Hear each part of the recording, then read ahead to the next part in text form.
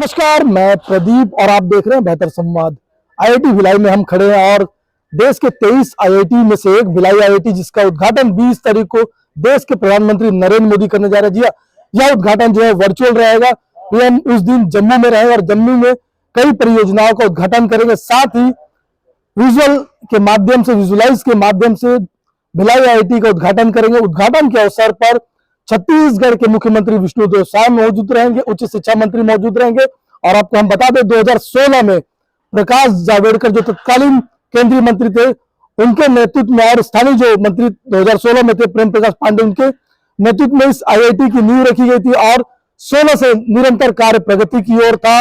और 2024 में यह आईआईटी पूरी रूप से कंप्लीट हो चुका, जिसका उद्घाटन जो है देश के पीएम नरेंद्र मोदी करेंगे। और आपको हम बताना चाहेंगे लगभग 350 एकड़ में यह आईआईटी फैला हुआ है और 800 से ज्यादा करोड़ रुपए की लागत से इस आईआईटी का निर्माण किया गया। और भिलाई का यह आईआईटी देश के उन आईआईटी में शामिल होगा जो आईआईटी देश और विदेश में जाने जाते हैं। और इसमें फिलहाल 700 से ज्यादा स्टूडेंट पढ़ रहे हैं और इसकी कैपेसिटी जो है तकरीबन 2500 बताई जा रही है और स्टूडेंट की क्षमता 2500 है। और अलग अलग कैंपस है, अलग अलग हॉस्टल्स बनाए गए ताकि जो देश के अलग अलग कोने से छात्र और छात्राएं आए, उनको किसी प्रकार की असुविधा का सामना ना करना पड़े। फिलहाल 20 तारीख को, आगामी 20 तारीख को देश के पीएम नरेंद्र मोदी इस आईआईटी का उद्घाटन करेंगे। साथ में सूबे के मुख्यमंत्री, सूबे के जो उच्च शिक्षा मंत्री वो भी मौजूद रहेंगे। 2016 में आईआईटी की नींव रखी गई थी और तत्कालीन केंद्रीय मंत्री प्रकाश जावड़ेकर और तत्कालीन जो पूर्व मंत्री प्रेम प्रकाश पांडे जी, जो छत्तीसगढ़ शासन में उच्च शिक्षा मंत्री थे उस समय और तकनीकी शिक्षा मंत्री थे, 2016 में आईआईटी भिलाई की नींव रखी गई थी और तकरीबन 350 एकड़ में आईआईटी का क्षेत्र फैला हुआ है, 350 से ज्यादा क्षेत्रफल है।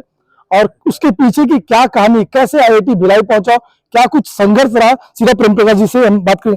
आईआईटी भिलाई की सौगात जो है 20 तारीख को पीएम के हाथों से होना है, तो किस रूप में देखते हैं? ये भिलाई के लोगों के लिए बहुत बड़ी सौगात है। इसकी कल्पना 2003 से 8 के बीच में पहले हम लोगों ने विधानसभा में सर्वानुमत से प्रस्ताव पारित करवाया था। देवजी भाई पटेल उस समय विधायक थे, मैं स्पीकर था। तो एक अशासकीय संकल्प ले आके और उसमें सब लोगों ने, कांग्रेस, बीजेपी, सबने जो है सहयोग किया और यूनानिमसली किया था। वहाँ से कहानी शुरू होती है। ये हमारी कल्पना थी कि भिलाई में होना चाहिए, क्योंकि हम लोग यहाँ के बच्चे हर साल सबसे ज़्यादा भिलाई के बच्चे आईआईटी में सेलेक्ट होते हैं, तो एक पहचान यहाँ रहे, यहाँ के बच्चे जा सकें। अब फिर उसमें धीरे धीरे बहुत सी समस्याएं हैं, कहीं रायपुर जाना, कमेटी जगह के चयन में 2 बार कमेटी आई। पहले वहाँ था रिजेक्ट करे उमरपोटी, तो ये सब रिजेक्ट करके अंत में बीएसपी से एनओसी लेके हम लोग कुटेला बाटा में पहले उनसे एनओसी लिए। अब एनओसी लेने के बाद आईआईटी एचआरडी मिनिस्ट्री से सैंक्शन करा है। अब एचआरडी मिनिस्ट्री ने सैंक्शन किया, तो सैंक्शन के बाद फिर हम लोग मिनिस्ट्री ऑफ स्टील पे गए कि भाई इसने सैंक्शन कर दिया, अब जमीन दो। तो कभी इसको यहाँ फंसा के, यहाँ इसको ऐसा कर पुरा के, और सबका सहयोग रहा। आदरणीय प्रधानमंत्री मोदी जी, तत्कालीन एचआरडी मिनिस्टर स्मृति ईरानी और हमारे मुख्यमंत्री रहे उसमें डॉक्टर रमन सिंह जी, सब लोगों को हमने अलग अलग टाइम पे कन्विंस किया कि भिलाई बेटर है। और तो बहुत लड़ते लुड़ते हमारे सेक्रेटरीज अमित अग्रवाल, रेणु पिल्ले और समय यार संगीता कलेक्टर, ये सबने बड़ा मेहनत किया और सबके मेहनत से फाइनली 20 तारीख को, फाइनली 20 को तो लोकार्पण हो रहा है। आ तो पहले गया। कहा जाता है कि मोदी जी जिसका शिलान्यास करते हैं उसका उद्घाटन भी वो करते हैं, तो अब आईआईटी का उद्घाटन भी होने जा रहा है, तो भिलाई वासियों को और खासकर छत्तीसगढ़ वासियों को इसका अप्रत्यक्ष और प्रत्यक्ष रूप से कैसे लाभ मिलेगा? बहुत लाभ मिलेगा। देखिए, एक तो नाम हो गई, बहुत सारे रिसर्चेज हो रहे हैं और कुछ रिसर्चेज ऐसे हो जाएंगे जो पेटेंट हो जाएंगे।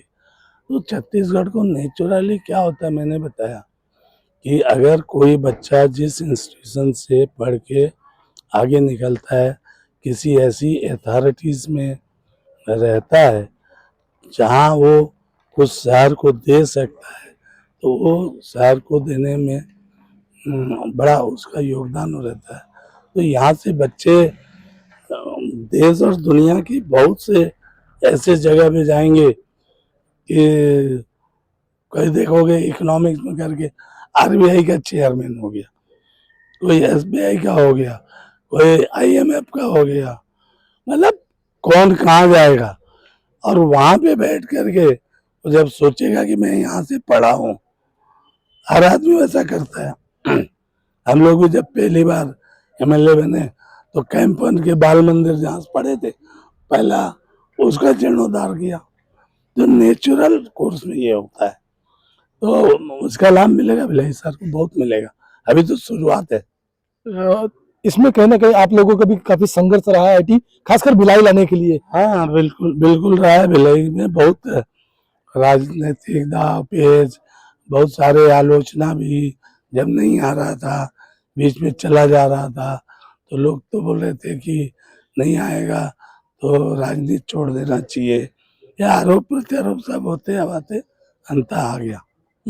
चलिए, तो फाइनली आईआईटी 20 तारीख को पीएम मोदी जो है वर्चुअल उद्घाटन करेंगे और आईआईटी बनने के बाद कैसा संघर्ष रहा उसके पीछे की कहानी प्रेम प्रकाश पांडे जी ने कहा।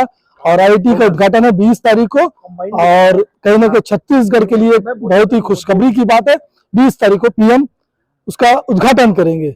दुर्ग के आईआईटी परिसर से मैं प्रदीप विश्वकर्मा।